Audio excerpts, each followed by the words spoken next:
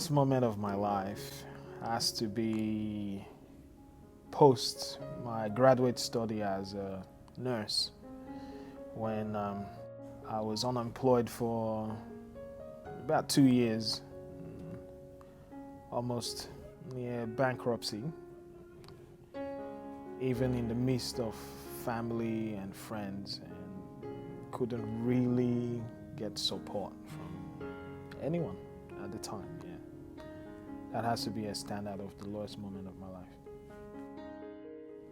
It was I worked as an undergrad during my studies. So after finishing my bachelor in nursing, so obviously because of conflict of interest, I had to stop working as an undergrad and find a job as a graduate at the time. And where I worked, there was no one to mentor me at the time, so I had to look for a job somewhere else. So,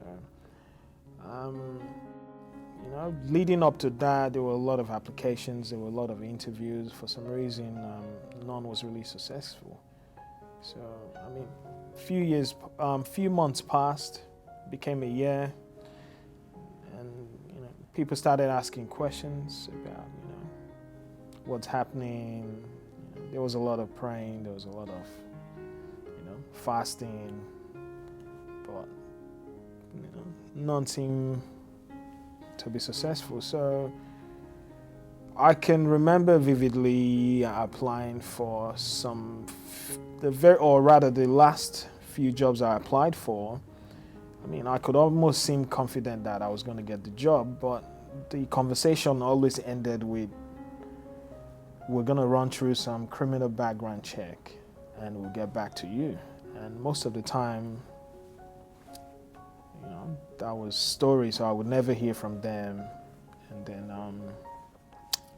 and obviously lose that opportunity as well.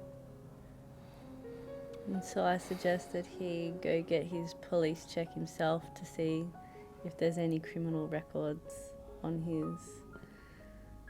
So he did, and it came back with 3 pages of criminal records. So we had to investigate on who is using his name. And yes, Yeah. we found out who it was, and the police had to clear everything, and it was a big investigation. And then his name got cleared, and then he started applying again. Yeah, I can remember losing my wallet at some point, but I never took it seriously. I never actually reported it. But obviously, leading up to this, I can remember my mom giving a big testimony during Thanksgiving about, how I was a victim of identity theft. But to me at the time, I never really took it seriously. But obviously, during this time of, unemployment, I got into my brother's profession a bit, helping him out on, restoring cars and fixing cars, which was recommended by my mom at the time. So at that point, he finished his apprenticeship, and then, in that 2 years of unemployment, so I found myself doing rather something different than I studied. And I can remember, obviously, helping him out and not getting paid, and I can remember getting phone calls from the bank.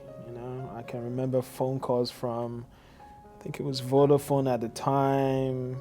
So it was a kind of a tricky period because, waking up in the morning, everybody going to work, and you're sitting at home doing nothing, and then you can't really go anywhere because pretty much can't afford to go anywhere. But I think at the time, thank God for Kim, she was working. So we're pretty much living off her income at the time. So, and yeah. We found out on the criminal records that there was theft, breaking and entering, aggravated assault. Yeah, what else was there? Drink driving, drugs, incarceration for 3 months.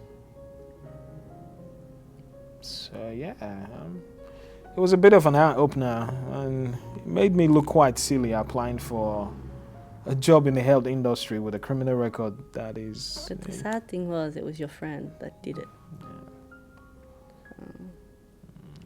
Yes. I mean, I would say it's rather an acquaintance. Well, Now. well, yeah. I met this person through a friend at the time when I was studying.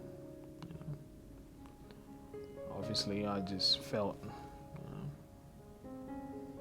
they were just like everyone else, I suppose. I mean, there weren't really any red flags I could pick up at the time, so to say. Well, He was at your graduation as well. So. oh, well, he was actually at my graduation. Actually, he was one of the ones that were cheering me on when I was collecting my certificate. So, yeah, that was quite interesting. And in light of this, I think as much as, it was a really a really, really down time and moment for me because, I didn't know what else to do. I don't think, even at a young age, I've never failed at anything that much that people start questioning me if I know exactly what I'm doing, and being unemployed for so long, what is going on? Even people I believe I excelled better at uni were already at the second year in employment, and I was there at home just obviously still busy helping out my brother and getting a bit of experience in his industry as well. I was able to get through those dark times obviously from the support of my then girlfriend. And I can remember all she kept on saying, it's okay, I'm working, we're gonna be fine, we've got enough money, you don't need to hurry looking for work. And yeah, but obviously as a guy, I like to say man, I couldn't just see myself just idling at home doing nothing. So I took her advice, got my own criminal record check, and that came up with that. Wrote the criminal record department or the police, and they rectified all that. I apologized for the misinformation, or rather the inconveniences, and sent me a new criminal record. So straight after that, I applied for 2 other jobs, which I got straight away. And so I went from doing applications to actually doing a letter of rejection to one of the job, which is giving me a start date to say, sorry, I've got a better job, or rather a better offer somewhere else, which was quite great. And because looking back now, do I regret I was unemployed for 2 years? Absolutely not, because most of the skills I picked up now probably would never have, picked them up if I got into work straight away. And knowing what I know now, like if I would do this over again, would I, be willing to lose any of the skills I picked up?